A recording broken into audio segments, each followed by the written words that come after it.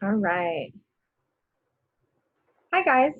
I'm Hannah Klug. If you don't know who I am with the Guadalupe Valley Family Violence Shelter in Seguin, and I am your confidential campus advocate at TLU. Today, we're going to be talking about, in honor of Safety Week on campus, I'm going to be talking about the slippery slope of safety in relationships.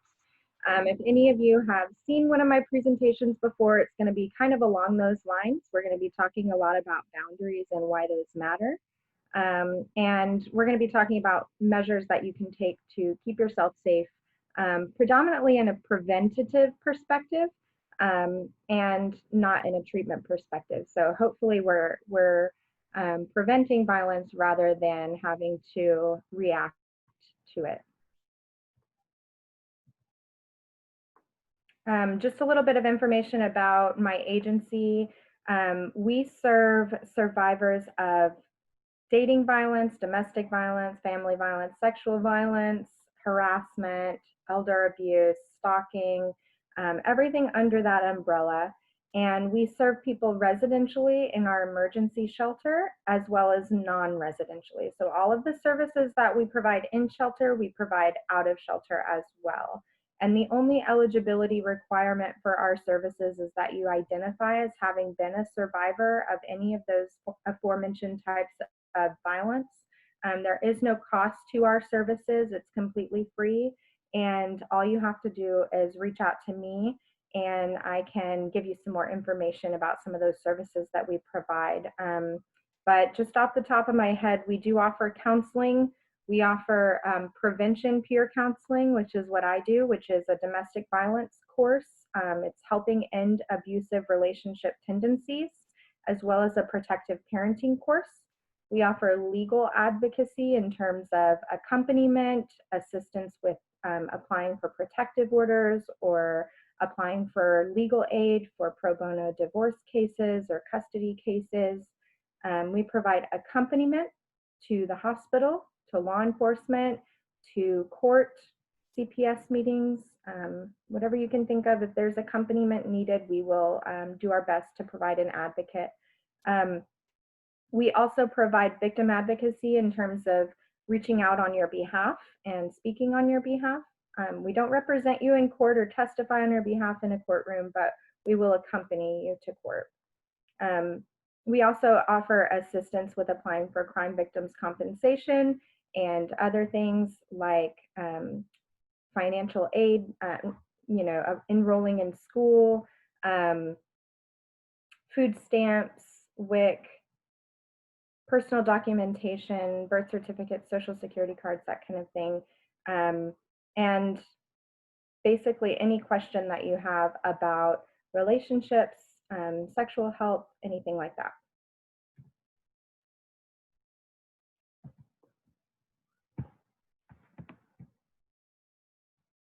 Okay. So today, as I said, we're going to be talking a lot about boundaries. We're going to be talking about emotional, physical, sexual, and digital boundaries particularly. We're going to be talking about it in terms of campus safety, in terms of COVID safety, that kind of thing. But most importantly, we're going to be talking about prevention. So why is violence such a hot topic these days? We're seeing more and more awareness in the media about issues of women's issues, issues of intimate partner violence, issues of sexual violence. These things are being brought to light more and more. And a lot of us kind of, without the knowledge of the prevalence of these issues and what they really look like, we don't really understand why it's so important or what we can do to prevent it or to break that cycle. So just a few statistics for you. More than 1 in 3 women, which is 35.6%, and more than 1 in 4 men, 28.5% in the United States, have experienced rape, physical violence, and or stalking by an intimate partner in their lifetime. Intimate partner violence alone affects more than 12 million people each year. Nearly half of all women and men in the United States have experienced psychological aggression by an intimate partner in their lifetime.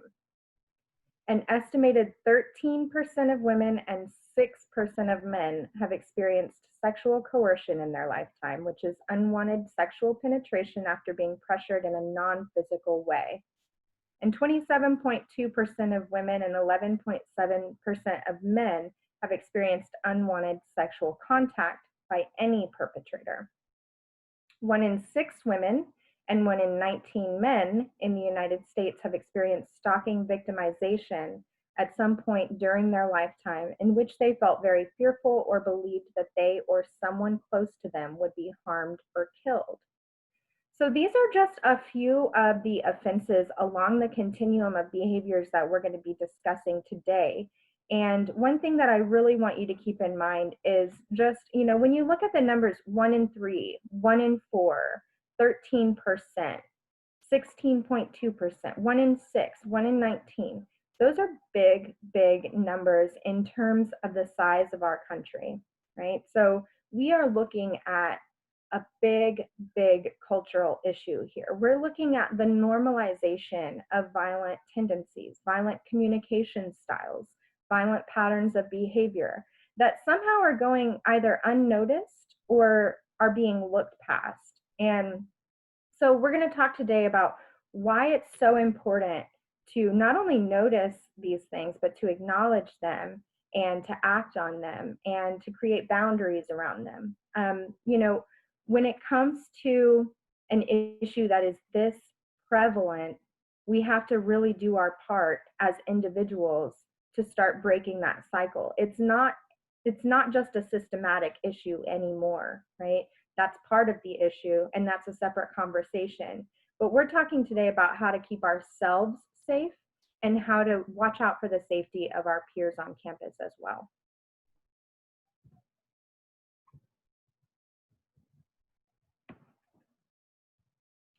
So I have here, emotional boundaries are prevention. And when I say boundaries are prevention, I really mean it. We're going to be talking about how quickly we can slide down that slippery slope from emotional and psychological abuse to physical and sexual harm, right? So when we create these emotional boundaries, we are preventing that from happening. So emotional and psychological abuse are saying or doing something to someone that causes that person to be afraid, have lower self-esteem, or manipulates or controls their feelings, beliefs, or behaviors. So the way that I like to differentiate between emotional and psychological abuse is emotional abuse is going to affect the concept of someone's self-concept, someone's self-worth, how they feel about themselves. So it's name calling, it's put downs, calling people stupid, all of that. That's going to affect their self-worth or their self-concept. Psychological abuse is going to affect their concept of reality. So it's going to distort someone's view of what's really happening in front of them.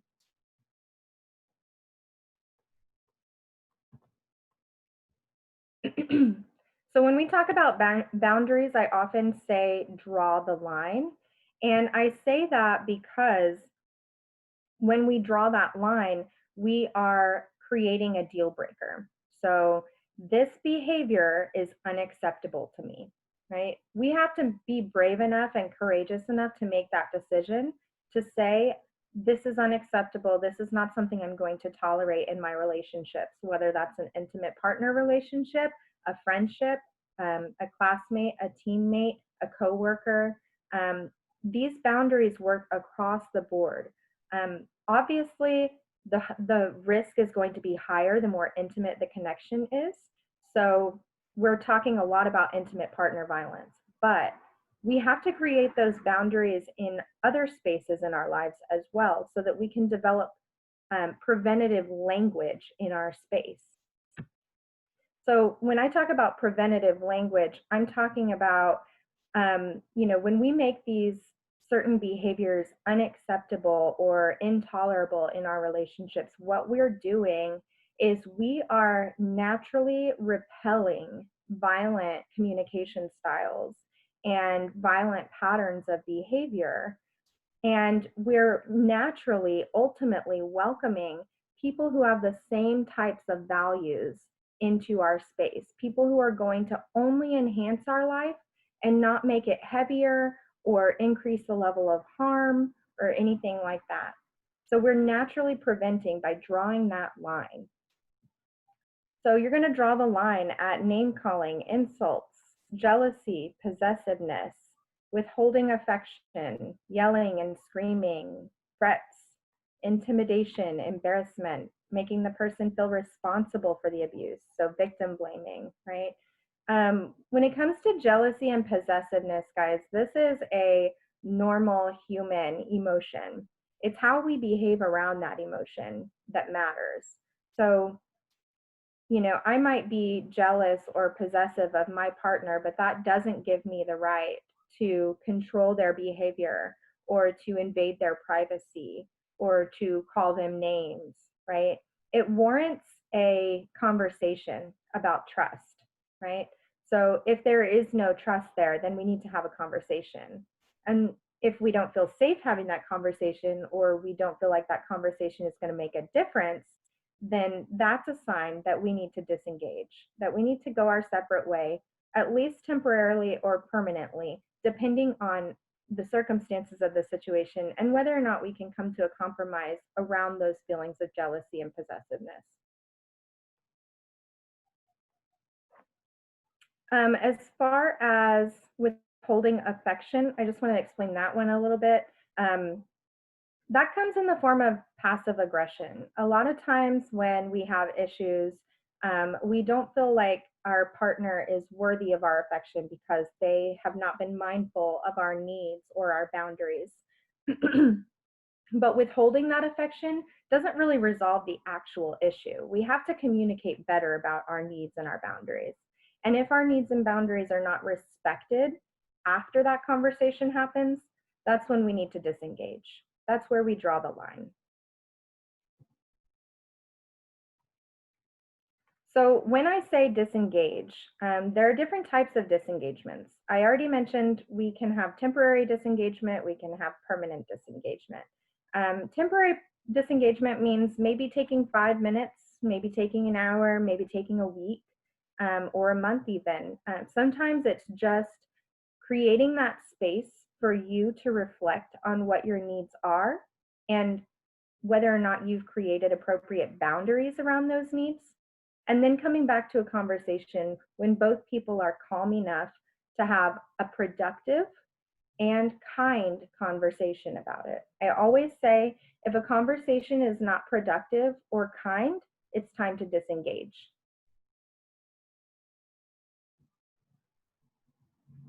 In terms of permanent disengagement, we're talking about when that conversation doesn't do anything. We're talking about when we don't feel safe having that conversation or when the conversation makes things worse, right? Some people are never going to respect our needs. Some people will engage in other forms of abuse like gaslighting, the back and forth. You provoked me. I did this because you did this, right? It's always a game. It's always the back and forth. But we have to remember that the conversation, if it's not kind or productive, it's actually opening us up to increased levels of harm. So the increased likelihood that more harm is going to occur, either psychological or emotional, or eventually it could escalate to physical or sexual. I've worked with a client before who, because she was with her partner for a long period of time, and it wasn't until the 5th year that they were together that he became violent. And so it took 5 years to get to that point. What do you think was happening in the midst of all of that? It was probably a lot of psychological and emotional abuse that was being looked past because no boundaries were being created. No clear boundaries were set, needs were not communicated, and if they were, they weren't being respected. And so that's where the power of disengagement could have come in, right? If it wasn't happening temporarily for those conversations that needed to be had, then it progressed, right? And it could have happened permanently. It could have happened at a point before that 5-year mark where it actually escalated to physical violence. I put COVID here because sometimes when we're quarantining with people or when we're isolating with people, it can be difficult to disengage, right? When we only have so many places to go. We have the power to disengage though. And so we can go outside, we can go to a separate room, we can go for a walk or to the park or, you know, somewhere safe that is away from the person that we need to disengage with. And we have to remember with COVID, that fine line can be really difficult to see. When we really don't have a lot of places to go, but the situation might be escalating, it might be time to call for someone else. It might be time to call for some outside support because we don't want to tiptoe that line too closely and end up harming ourselves because we don't have enough resources or enough places to go. Campus safety, that can be arranged in different ways. So you can disengage by yourself. You can just make a point to not go to the same places and things like that. Other times it might be more difficult. Maybe you live in the same dorm. Maybe you have the same classes. Maybe you need to talk to somebody about switching things up a little bit, or talk to your professors about changing your spots or things like that. More conversations around that can be had depending on your circumstances, but I don't want these particular circumstances, COVID and campus circumstances, to interfere with your ability to disengage, because the power of disengagement is really, really important to acknowledge here. You have a 50-50 shot here when you're on that line. It's time to disengage, and you have to reach out for support if you feel like you're stuck in a corner.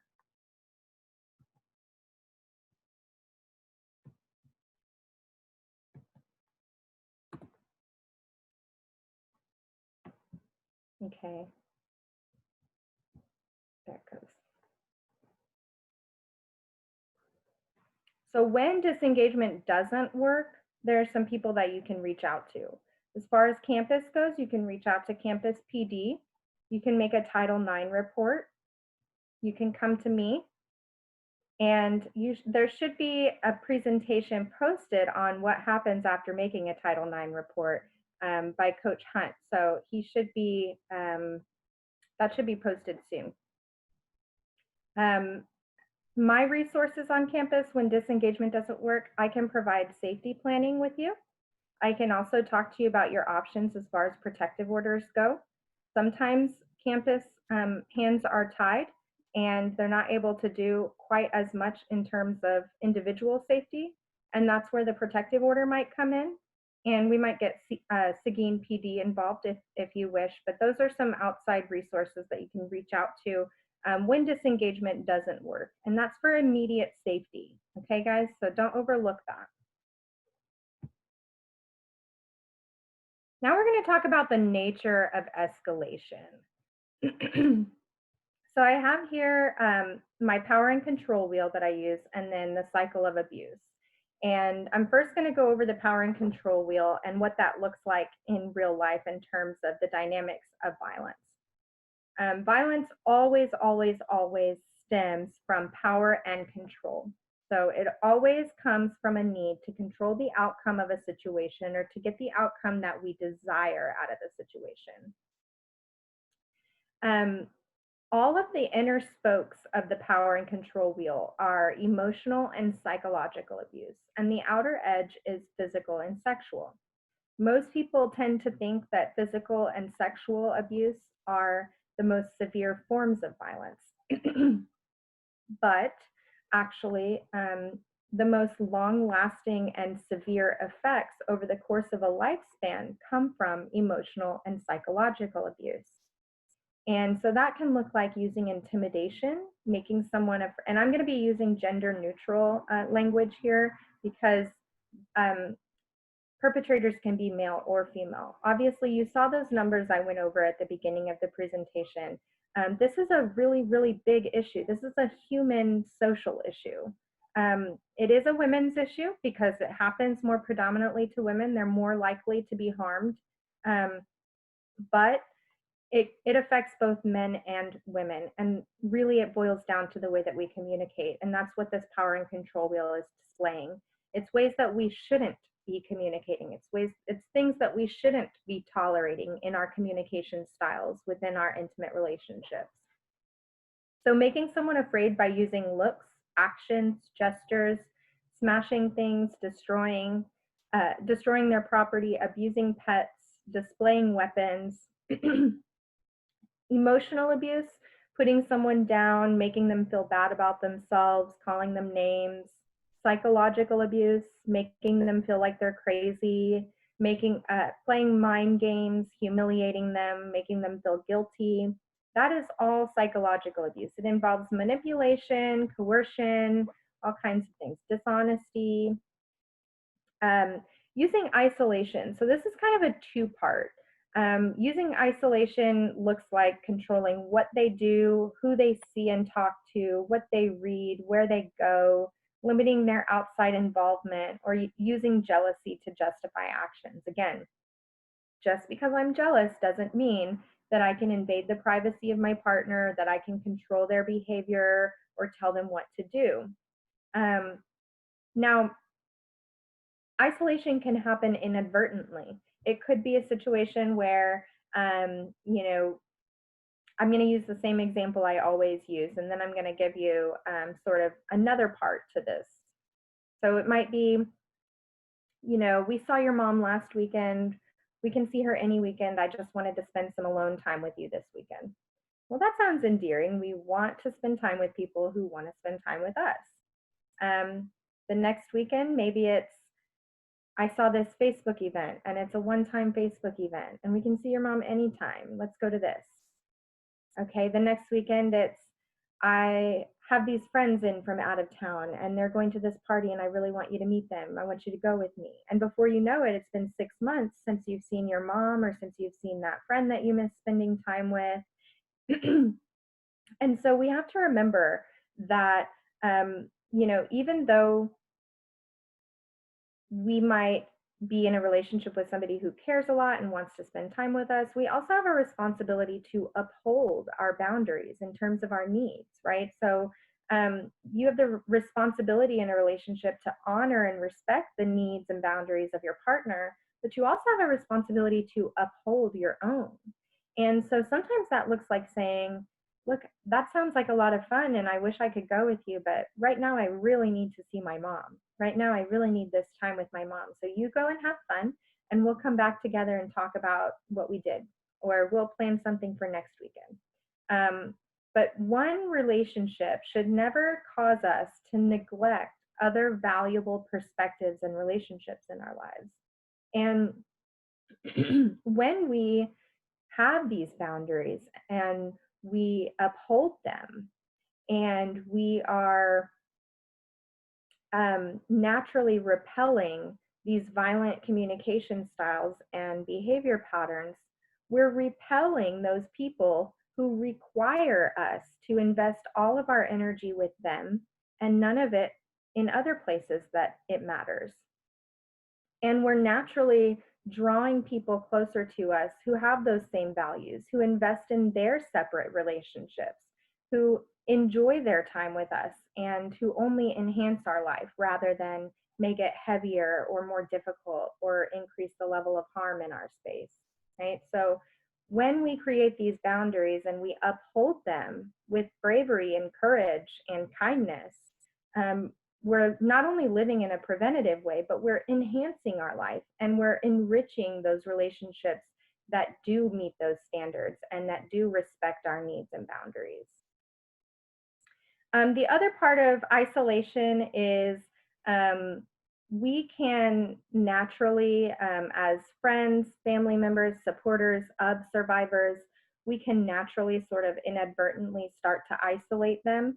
And the best way to avoid doing that is just to remember that survivors need our support, you know, whether it's just psychological and emotional harm or all three or all four, you know, doesn't matter what's happening. It could be what you consider to be the slightest of behaviors or the severest of behaviors.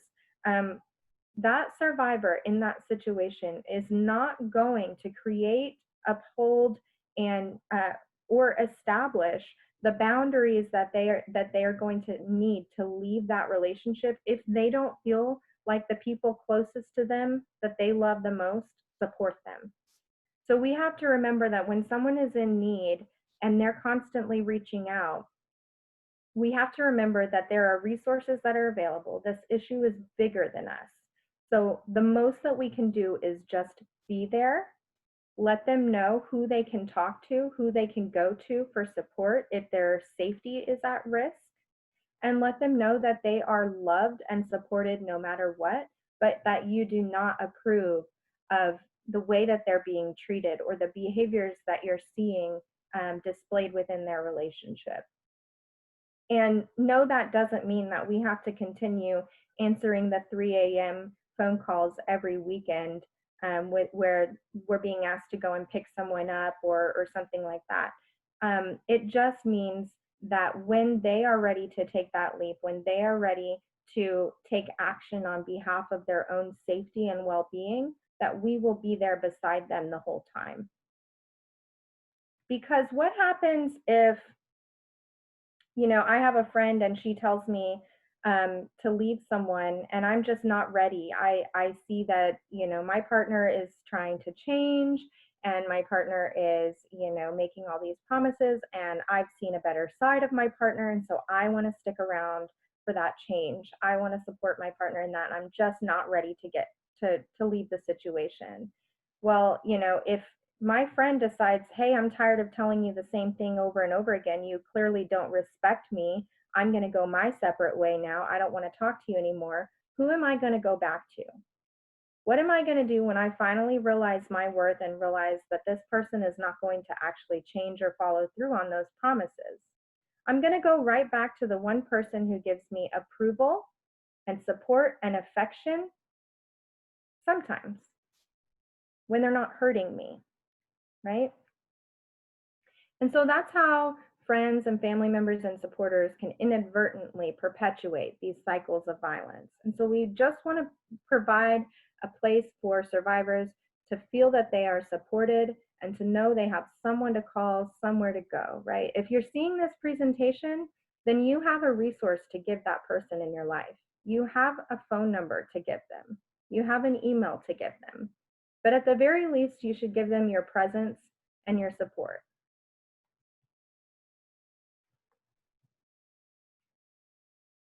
So the next one is minimizing, denying, and blaming, making light of the abuse, not taking concerns about it seriously, saying it didn't happen, shifting responsibility for the abusive behavior, saying she caused it or saying the victim caused it, right?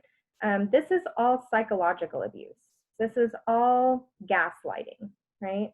Victim blaming. Using children, so if there are children involved, making someone feel guilty about the children, using the children to relay messages, using visitation to harass, threatening to take the children away. This says using male privilege, but I like to say using social status. So essentially it's one person in the relationship calling all the shots, making all the big decisions, deciding who's going to play what role in that relationship, and not giving any consideration or thought to the other person's feelings or choices in the matter. Using economic abuse, so that's going to affect someone's ability to sustain themselves, preventing someone from getting or keeping a job, making them ask for money, giving an allowance, taking their money, not letting them know about or have access to family income. Yeah, there's definitely an imbalance of power there. Now, if it's a joint mutual decision that's consensual on both sides, there's no imbalance of power or control there. There's no violence there. But the violence comes when one person holds all the power and control and the other person is pushed to the back or is not acknowledged.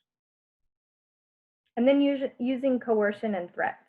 So making and or carrying out threats to do something to hurt someone, threatening to leave them, to commit suicide, to report to welfare, making them drop charges, making them do illegal things.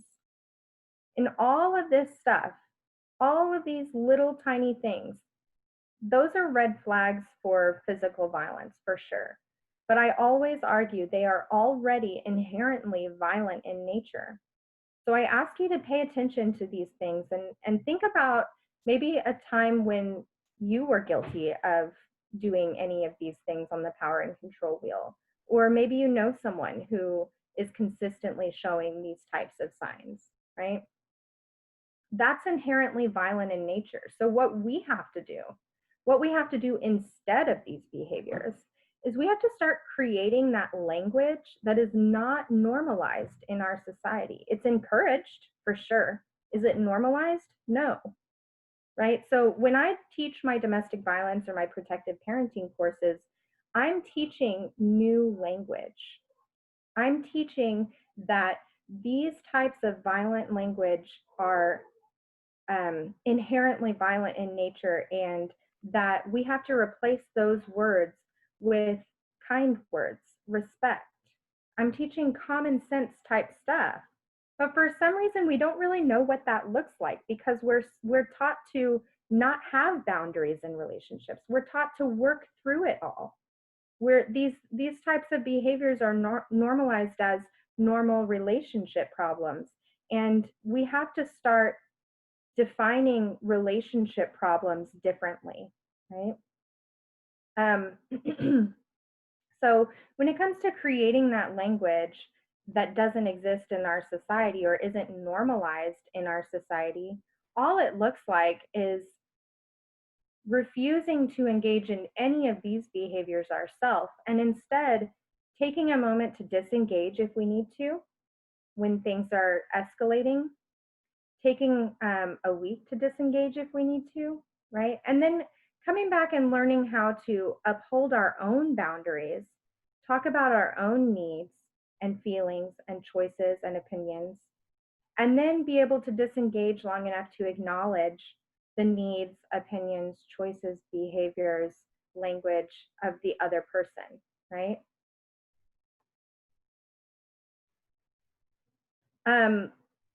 Now I'm going to talk about the cycle of abuse. So in terms of the cycle of abuse, we have the honeymoon period, the tension building period, and the explosion period.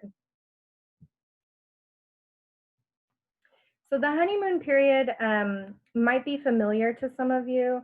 Sometimes when we talk about it in terms of that first beginning stage of a relationship where all the lovey-dovey stuff is happening. And then those older, more mature couples always say, oh, you just wait. That'll fade out. That'll fizzle out. That won't be for long. You just wait. But we're not actually talking about that here today. We're talking about the honeymoon period in terms of abuse. And that happens over and over and over again. And that's going to include apologies, promises, blaming, or gift giving, things like that. That's when, for a lot of us, things just feel normal again. So a crisis might erupt, and then we want nothing more than to just go back to normal, for everything to just feel like it's normal again. And a lot of times that manifests in the form of a honeymoon period. And that honeymoon period could last a day, a week, a month, 5 years. And then we get into the tension building phase because there's some kind of stressor and we haven't equipped ourselves with the tools, that language that I mentioned earlier, to break this cycle. We have to replace our language completely. So in that tension building phase, when we don't have those tools, maybe there's criticism, yelling, swearing, name calling. Maybe there's some dishonesty or coercion taking place, right? And then we hit an explosion phase where we just can't take it anymore. We are not being heard and we need to make ourselves heard. And so that manifests in the form of attacks, threats, ultimatums, physical, emotional, sexual abuse, right? And then we get back into that honeymoon period where we just want things to go back to normal. And so we accept the promises. We're going to go to counseling. We're going to go to church. We're not going to do this anymore. We're not going to drink anymore, right? And maybe that lasts for a little bit, but we're still not equipping ourselves with the tools that we need to uphold our own boundaries in ways that others receive them well, and to acknowledge the needs and boundaries of our partner, right? And so because we don't have those tools, because we're not seeking them out, or maybe because they're not accessible to us, we go back into that tension building phase. The main thing that I want you to take away from this is the fact that this cycle escalates in severity every single time it goes around. And it's perpetuated when we don't break it. So each time we say we're going to go to counseling, or we say we're going to go to church, or we say we're not going to drink, right? We're neglecting the actual tools that are required to break this cycle and throwing ourselves back into that loop that we know, not a matter of if, it's a matter of when, is going to escalate. Okay? So maybe next time we hit that explosion phase, it's not just threats, it's not just emotional abuse. Maybe it's pushing or shoving. Maybe it's strangulation. And then we go back to the honeymoon period. And maybe that lasts another couple of years, or maybe it only lasts a month, right? Before another explosion happens. And what comes after strangulation is death. So we have to actively be working as individuals to break this cycle by acknowledging those things that are on the power and control wheel, making an active effort not to behave that way or not to utilize those communication styles, and making an active effort every single day, every single interaction, to replace those violent communication styles with respectful, calm, productive communication styles that actually resolve problems. And remember to disengage when we're unable to do that.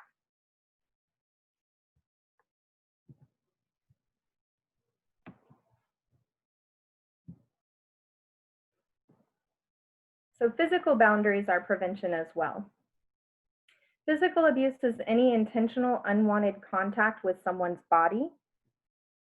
Physical abuse does not have to leave a mark or a bruise. And I want to kind of explain the difference between abuse and assault. So when I talk about violence, I'm not just talking about the Texas Penal Code legal definition of physical assault. I'm talking about an entire continuum of abusive behaviors that range from the emotional and psychological all the way to the physical, the severe beatings and things like that. And sometimes there are certain behaviors that count as abuse that don't count as assault in the penal code, right? So what we're talking about today is any intentional, unwanted contact with someone's body. We're talking about respecting the boundaries of others, right? So we want to draw the line at behaviors like shoving, slapping, strangling, kicking, using a weapon, pulling hair, biting, pushing, burning, punching, pinching. And, there are certain behaviors that some perpetrators try to play off as a joke, right? And the victim does not think that it's a joke. The survivor does not think that it's a joke, and they make it very clear. And when that boundary is disrespected, we have to acknowledge it. We can't just look past it. We're opening ourselves up to increased risk of harm when that happens.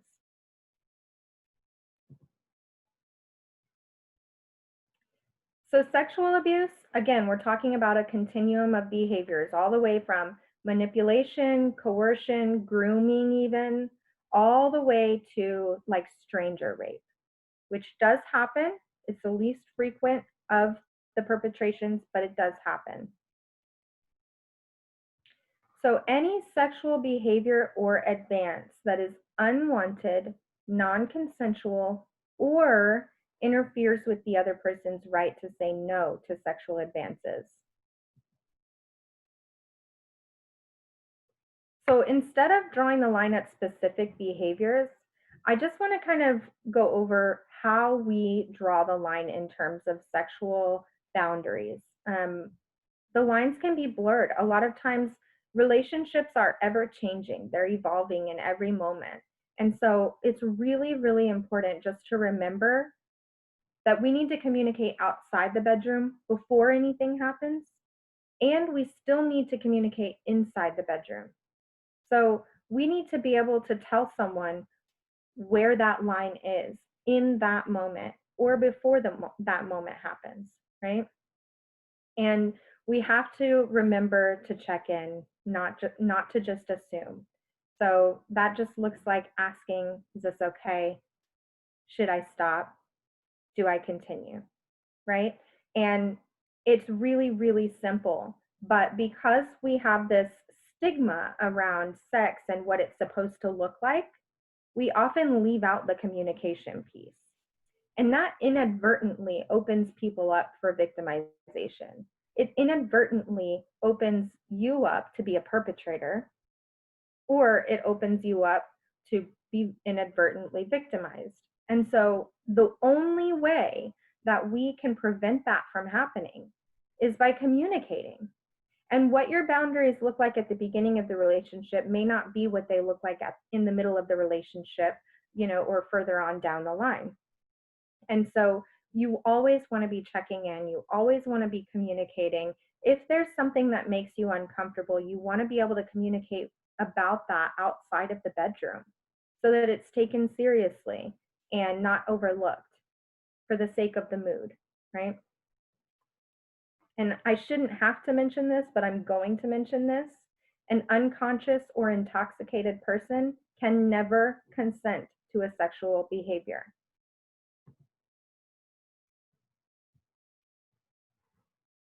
Digital boundaries are prevention. This is one of my favorite things to talk about lately, just because it's kind of a new area that we're working on. But digital abuse is using technology to control, manipulate, spy on, embarrass, harass, or abuse someone. It can occur within dating relationships or amongst friends. So I'm sure that some of you know that couple that broke up, and then the one person in that couple went online and aired out everyone's dirty laundry and set the record straight for what really happened. Or maybe there's some jealousy and possessiveness going on, so I'm going to demand my partner's social media login information for every social media account that they have, and I'm going to keep track of their location at all times, and I'm going to have access to all their email accounts. No, no, no, no, no, no. We draw the line. Privacy is a human right, and honesty cannot be forced. If there is not trust in that relationship, we need to have a conversation. If we don't feel safe having that conversation or don't feel like it'll be effective, we need to be brave and disengage permanently, right? We have to be preventative in the way that we behave, and that means using kind, respectful, productive language. And that never involves invading the privacy of our individual partner or controlling their behavior and choices. So now, where do you draw your line? We are working to break the cycle of violence across multiple generations and sectors of society. It begins with the standards that you set for yourself and ends with the standards that you set for others. Remember that in preventing these behaviors, we are naturally, ultimately, creating our own space of nonviolent, productive communication styles that will only continue to enhance and enrich our life and our relationships. But we can only do that if we remember to draw our line and uphold our boundaries moving forward.